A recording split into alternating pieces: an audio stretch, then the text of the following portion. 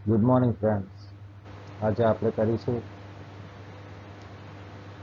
English standard 9 unit 3 Mohan's veena, એટલે કે મોહનની વીણા.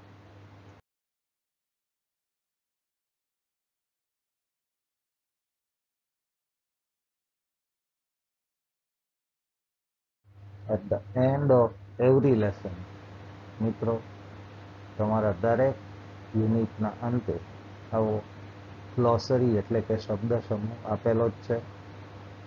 ફરી એકવાર યાદ અપાઈ દઉં કે અહીં બોલ્ડમાં જે અક્ષરો છે, જેમ કે મ્યુઝિકલ, બોલ્ડમાં આપેલા શબ્દો તમારે તમારી નોટબુકમાં તે લખવાના થાય છે. એની પાસે આપેલ તેનો મિનિંગ અને તેનું ગુજરાતી ભાષાંતર લખવાનું થશે. મિત્રો, રહી વાત ઉચ્ચારની, ઉચ્ચાર બોલવાની બાબત છે, તેથી યાદ રાખી કેમ બોલવું તે તમારે યાદ રાખવાનું થશે.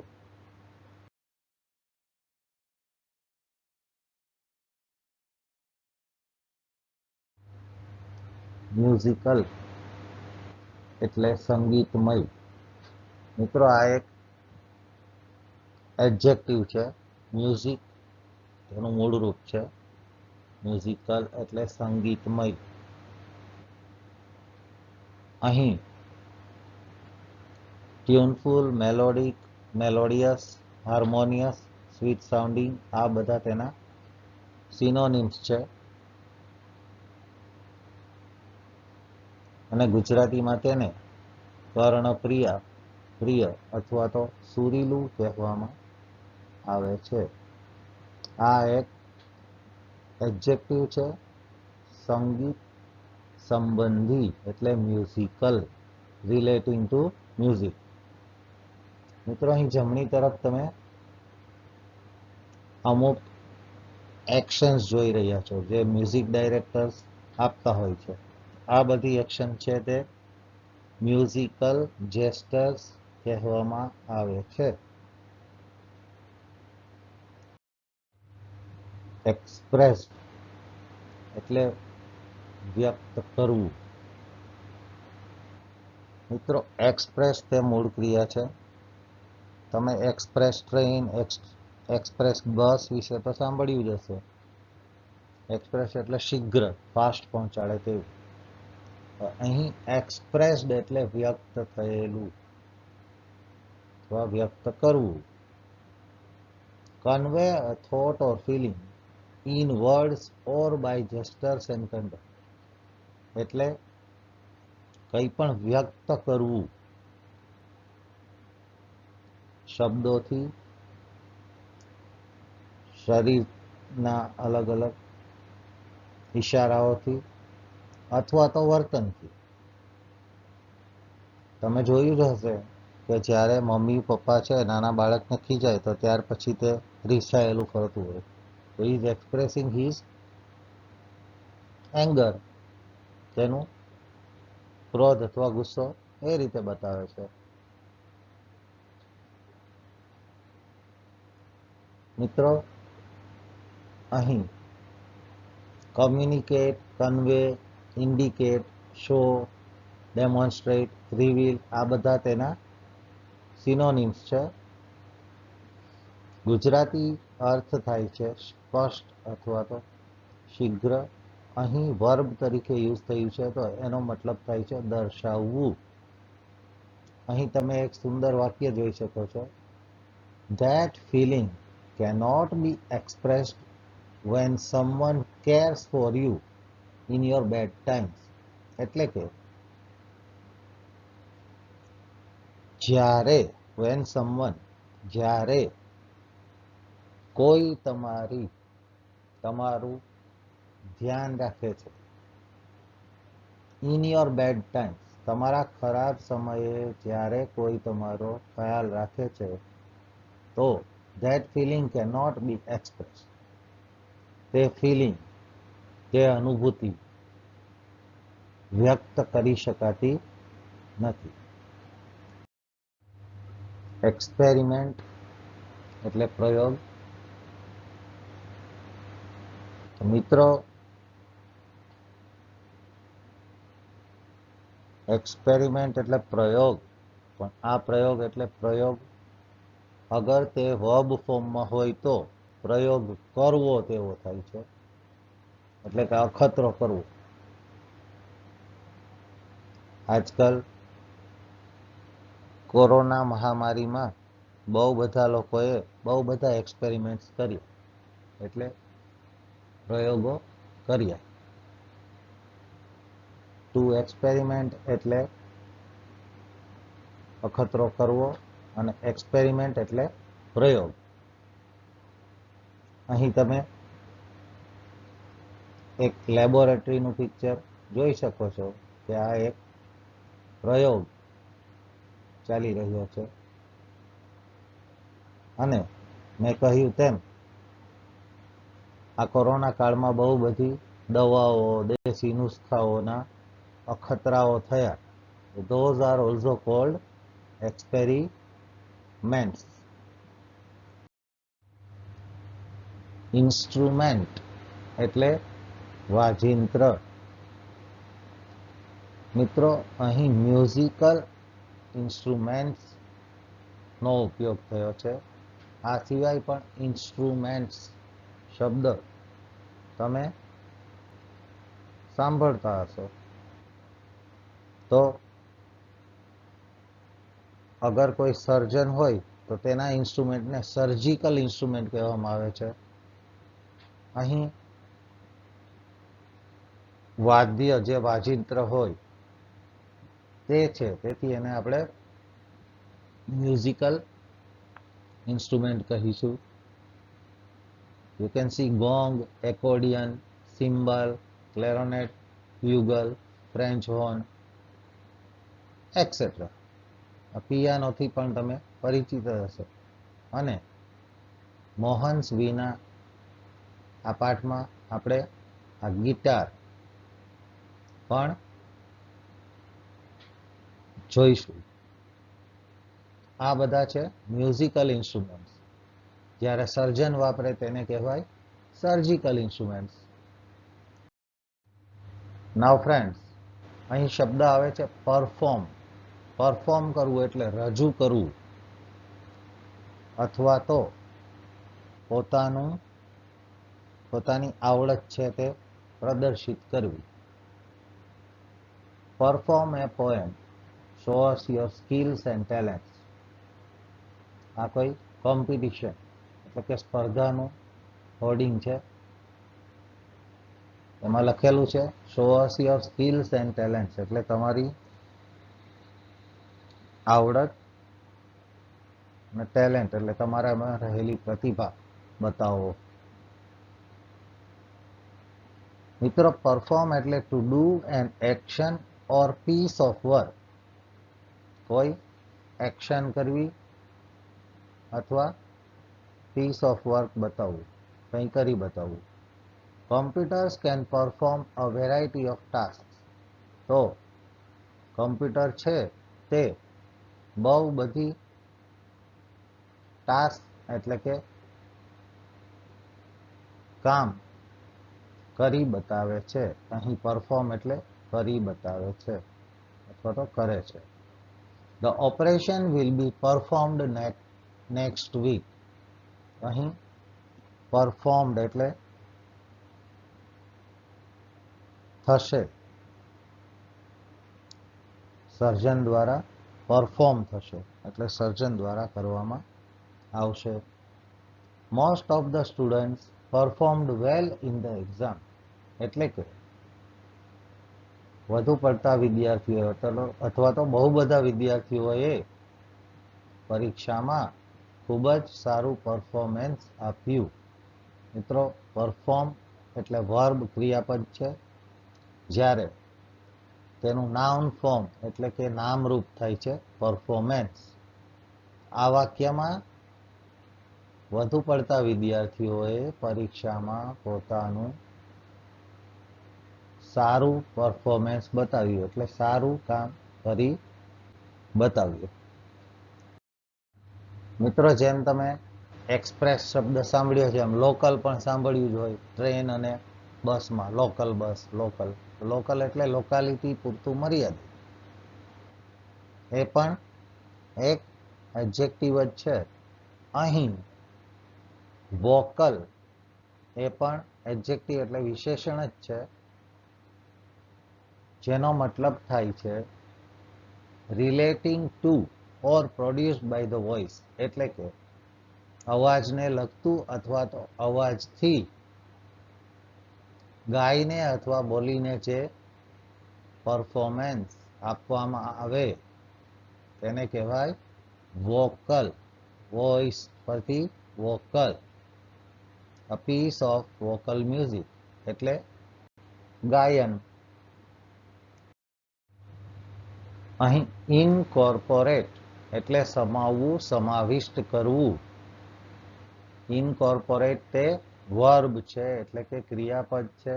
Two make something a part of something else और to have something as a part, एक वस्तु को दूसरी का अंश बनाना, समाविष्ट करना. एक वस्तु का दूसरी का अंश बनना, समाविष्ट होना. I will like you to incorporate this information into your report. એટલે કે હું એવું ઈચ્છું છું અથવા તો મને ગમશે અગર તમે આ પીસ ઓફ ધીસ ઇન્ફોર્મેશન એટલે કે આ માહિતી તમારા રિપોર્ટમાં સમાવિષ્ટ કરશો. વર્બ ઇનકોર્પોરેટ, એબ્ઝોર્બ, ઇન્ક્લુડ, સબસ્યુમ, એસિમ્યુલેટ, ઇન્ટિગ્રેટ આ બધા શબ્દો તેના સિનોનિમ્સ છે. નો અર્થ થાય છે સમાવેશ કરવો અથવા તો માં ભેળવી દેવું, જે એકદમ સરળ ભાષામાં છે. તો તમે સમજી ગયા હશો. ઇનકોર્પોરેટ એટલે સમાવિષ્ટ કરવું અથવા તો ભેળવી દેવું. મિત્રો, સ્યુટેબલ, ટેબલ તો સાંભળ્યું છે. Suitable SUIT.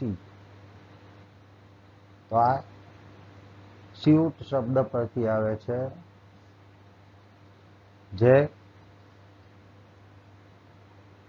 સ્યુટેબલ એટલે એક વિશેષણ છે, જેનો મતલબ થાય છે યોગ્ય અથવા તો ઉચિત અથવા લાયક.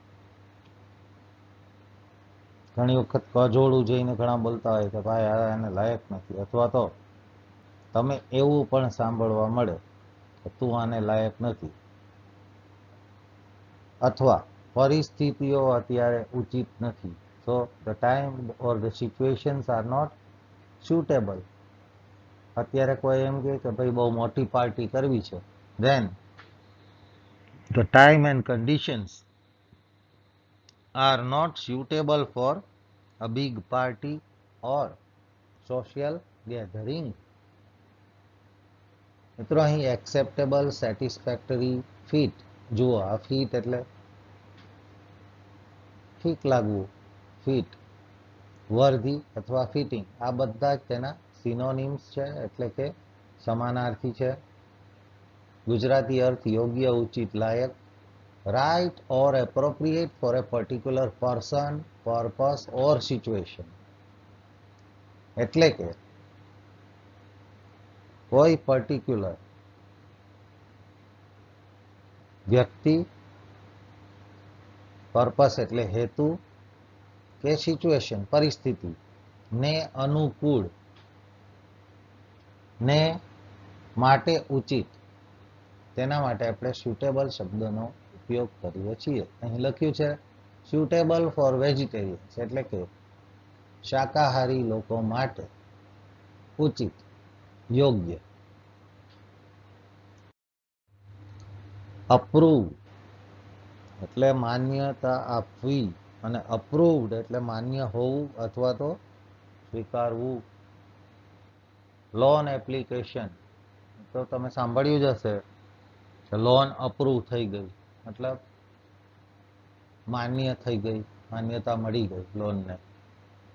અપ્રૂવ નું વિરોધાર્થી થાય છે રિજેક્ટ અથવા તો ડિસઅપ્રૂવ. અપ્રૂવ કરવું એટલે માન્યતા આપવી, ડિસઅપ્રૂવ એટલે માન્ય ન રાખવું અથવા તો રિજેક્ટ કરી દેવું. ખુશામત તો ભગવાનને પણ પ્રિય હોય. તો મિત્રો અહીં જે શબ્દ છે અપ્રિશિએશન, તે પોઝિટિવ અર્થમાં વખાણ કરવા અથવા પ્રશંસા કરવી અથવા કદર કરવી માટેનો શબ્દ છે અપ્રિશિએશન. ટુ અપ્રિશિએટ એટલે કદર કરવી અથવા પ્રશંસા કરવી. અને અપ્રિશિએશન મિત્રો, અપ્રિશિએટ તે વર્બ ફોર્મ છે, ક્રિયાપદ છે, જ્યારે એપ્રિશિએશન એટલે નામરૂપ છે, noun. Recognition and enjoyment of the good qualities of someone or something. Recognition and enjoyment of the good qualities of someone or something. કોઈ પણ વસ્તુને રેકોગ્નાઇઝ કરવું એટલે કદર કરવી અથવા તો માણવું. શું? Good qualities of someone or something. કોઈ પણ વ્યક્તિ અથવા વસ્તુની સારી બાબતોને કદર કરવી અથવા તો માણવી, તેને કહેવાય એપ્રિશિએશન. એના સિનોનિમ્સ એટલે કે સમાનાર્થી છે વેલ્યુઇંગ, રિસ્પેક્ટ, પ્રાઇઝિંગ, ચેરિશિંગ, ટ્રેઝરિંગ, એડમિરેશન, રિગાર્ડ, એસ્ટીમ અને હાઈ ઓપિનિયન. મિત્રો અહીં આપ સર્ટિફિકેટ ઓફ એપ્રિશિએશન એટલે કોઈને કદર કરતા અથવા તો પ્રશંસા કરતો જે સર્ટિફિકેટ આપવામાં આવે તેને કહેવાય સર્ટિફિકેટ ઓફ એપ્રિશિએશન. મહદઅંશે કોઈ પણ સામાજિક રીતે સારા કાર્યો કરવામાં આવે તો તેને આવું સર્ટિફિકેટ ઓફ એપ્રિશિએશન આપવામાં આવે છે. હવે અહીં ડિટરમાઇન્ડ એટલે દ્રઢ અથવા મક્કમ. મિત્રો અહીં ડિટરમાઇન્ડ છે તેનો મતલબ થાય છે to make a strong decision. ખૂબ જ કઠોર નિર્ણય લેવો જે અચલ હોય. ભીષ્મ પ્રતિજ્ઞા એ અર્થ. She determined that one day she would be an actor. તેણીએ દ્રઢ નિશ્ચય લીધો કે તે એક દિવસ એક્ટર બનશે. On leaving jail, Joe determined to reform. જેલ છોડતા એટલે જેલમાંથી મુક્ત થતા જોએ દ્રઢ નિશ્ચય કર્યો કે હું હવે મારી જાતમાં સુધારો લાવીશ. મિત્રો અહીં રેઝોલ્યુટ, તમે રેઝોલ્યુશન પણ સાંભળ્યું હશે. ન્યૂ યર રેઝોલ્યુશન, નવા વર્ષની જે નિશ્ચયો આપણે કરીએ તે ક્યારેક ખાલી કાગળ પર જ રહી જાય, હે ને? રિઝોલ્યુટ, પર્પસફુલ, પર્પોઝિવ અને રિઝોલ્વ આ તેના સિમિલર વર્ડ્સ છે. ગુજરાતી અર્થ થાય છે નિર્ધારિત એટલે ડિટરમિન્ડ, અડગ, કૃત નિશ્ચય. આ બધા શબ્દોનો મતલબ થાય છે ડિટરમિન્ડ. ડિટરમાઇન એટલે દ્રઢ નિશ્ચય કરવો, ડિટરમાઇન્ડ એટલે દ્રઢ અથવા મક્કમ. મિત્રો સેડ શબ્દથી તમે પરિચિત છો. હવે અહીં શબ્દ આવે છે ડિપ્રેસ્ડ એટલે હતાશ, નિરાશ. સેડ એટલે શું હતું? હેપીનું ઓપોઝિટ. હેપી એટલે ખુશ, સેડ એટલે નાખુશ, દુઃખી, પણ દુઃખી પછીની પરિસ્થિતિ, એનાથી વધારે ખરાબ પરિસ્થિતિ છે ડિપ્રેસ્ડ, એટલે હતાશ અને નિરાશ. ફીલિંગ ડિપ્રેસ્ડ નો અર્થ કંઈક આવો થાય છે. કોમન સિમ્ટમ્સ ઇન્ક્લુડ, એટલે સામાન્ય રીતે તેના લક્ષણો આના જેવા હોય છે. સેડનેસ, સૌથી પહેલા દુઃખી હોવું. લેક ઓફ એનર્જી, તાકાત વગરનું થઈ ગયા હોય, એકદમ તૂટી ગયા હોય તેવું. એપેથી, એટલે વળી એ જ છે સેડ ફિલિંગ. સ્લીપ પ્રોબ્લેમ્સ, ઊંઘ ન આવવી. વેઇટ ચેન્જીસ, શરીરના વજનમાં ફેરફાર થવો. ફિલિંગ્સ ઓફ વર્થલેસનેસ, વર્થલેસનેસ એટલે પોતાની જાતની કોઈ કિંમત જ નથી તેવું લાગવા લાગ્યું. આ બધા આના લક્ષણો છે. મિત્રો, આપણે અહીં હજુ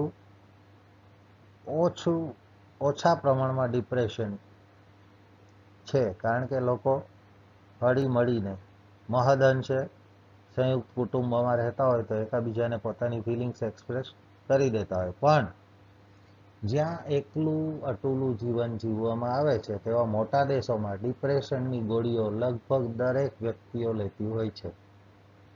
કારણ તો તમે સમજી જ ગયા હશો. તો હંમેશા આપણે બધા સાથે હળીમળી રહેવું જોઈએ અને એકાબીજાને પોતાની ફિલિંગ્સ જણાવતી રહેવી જોઈએ. ખાસ કરીને મમ્મી કે દાદી જે લોકો ઘરમાં રહેતા હોય તેનાથી પણ આપણે આપણો સંવાદ જાળવી રાખવો જોઈએ, કે જેથી તે લોકો ડિપ્રેશનનો ભોગ નહીં બનશે. મિત્રો, અહીં શબ્દ આવે છે બિલીફ્સ, એટલે કે માન્યતા. તો ટુ બિલીવ એટલે માનવું, કશાકમાં માનવું, તેને કહેવાય બિલીફ. અને બિલીફ્સ એટલે માન્યતા. The feeling of being certain that something exists or is true. ભગવાનની બાબત કઈ કહેવી જ છે કે આપણે દ્રઢપણે માનીએ છીએ કે તેમનું અસ્તિત્વ છે અથવા તો ઈશ્વર સત્ય છે. His belief in God gave him hope during difficult times. તેની ભગવાનમાં જે માન્યતા છે તે બાબતે તેને હોપ એટલે કે આશા આપી. ક્યારે? ડ્યુરિંગ ડિફિકલ્ટ ટાઈમ્સ, ખરાબ સમયમાં. તો અહીં આપ પિક્ચર જોઈ શકો છો, તેમાં લખ્યું છે કલ્ચર બિગિન્સ વિથ બિલીફ્સ. કોઈ પણ સંસ્કૃતિની શરૂઆત માન્યતાઓથી થાય છે. એન્ડ ફાઇન્ડ્સ એક્સપ્રેશન ઇન બિહેવિયર્સ, એટલે કે તેનું એક્સપ્રેશન, આગળ આપણે એક્સપ્રેસ શબ્દ આવી જ ગયો, વ્યક્ત કરવું. તો ક્યાં વ્યક્ત થાય છે? તો લોકોના બિહેવિયરમાં, એટલે કે લોકોનું જે વર્તન છે તેમાં તેની સંસ્કૃતિની ઝલક દેખાય છે. કલ્ચર બિગિન્સ વિથ બિલીફ્સ, સંસ્કૃતિની શરૂઆત માન્યતાઓથી થાય છે અને તે વ્યક્ત થાય છે તે લોકોના વર્તનમાં. મિત્રો, આ અગાઉના લેસનમાં આપણે યાદ હોય તો જે ઊંચાઈ માટે હાઈટ, પછી પહોળાઈ માટે વિડ્થ એવા કોઈક શબ્દો આવેલા. અહીં ડેપ્થ શબ્દ આવે છે. ડેપ્થ એટલે ઊંડાઈ અથવા તો ઊંડાણ. તો બે પિક્ચર બતાવેલા છે. એક પિક્ચરમાં એક એટલે હાઈટ, ઊંચાઈ. 2 નંબર પર વિડ્થ એટલે કે પહોળાઈ, અને ડેપ્થ એટલે તે 3 નંબર પર ડેપ્થ એટલે તેની ઊંડાઈ અથવા તો કેટલું ઊંડું છે તે. ત્યારબાદ બાજુના પિક્ચરમાં આપ જોઈ શકો છો બ્રેડથ એટલે વળી પહોળાઈ માટેનો શબ્દ છે. અને ડેપ્થ એટલે ઊંડાઈ અથવા તો ઊંડાણ. મિત્રો, આસ્પેક્ટ્સ એટલે ખાસિયત અથવા તો વિશેષતા. તો સત્ય, કૃતજ્ઞતા, આ સારા માણસોના આસ્પેક્ટ છે. ઓકે, આસ્પેક્ટ એટલે પાસાઓ અથવા તો ખાસિયત અથવા વિશેષતા. આસ્પેક્ટ તે નાઉન ફોર્મ છે. તેનો મતલબ થાય છે ફીચર. હવે તમે ફોન લેવા જાઓ, તેના ફીચર્સ પૂછો ને, આમાં શું શું છે, બસ તે જ તેના આસ્પેક્ટ્સ કહેવાય. એટલે સારી બાબતો, ખાસિયતો, વિશેષતાઓ. Those are called features or aspects. One part of a situation, problem, subject, etc. એટલે આસ્પેક્ટ તે સિચ્યુએશન એટલે પરિસ્થિતિ, પ્રોબ્લેમ એટલે તકલીફ, અથવા તો કોઈ પણ સબ્જેક્ટ વિષય વસ્તુના જે પાસાઓ હોય છે તેને આસ્પેક્ટ્સ કહેવામાં આવે છે. Which aspects of the job do you most enjoy? તમારી જોબ એટલે કે કામના કયા પાસાઓને તમે સૌથી વધુ એન્જોય કરો છો, માણો છો? His illness affects almost every aspect of his life. તેની માંદગી તેના જીવનના તમામ પાસાઓને એફેક્ટ્સ એટલે કે અસર કરે છે, પરંતુ કેવી? નેગેટિવ.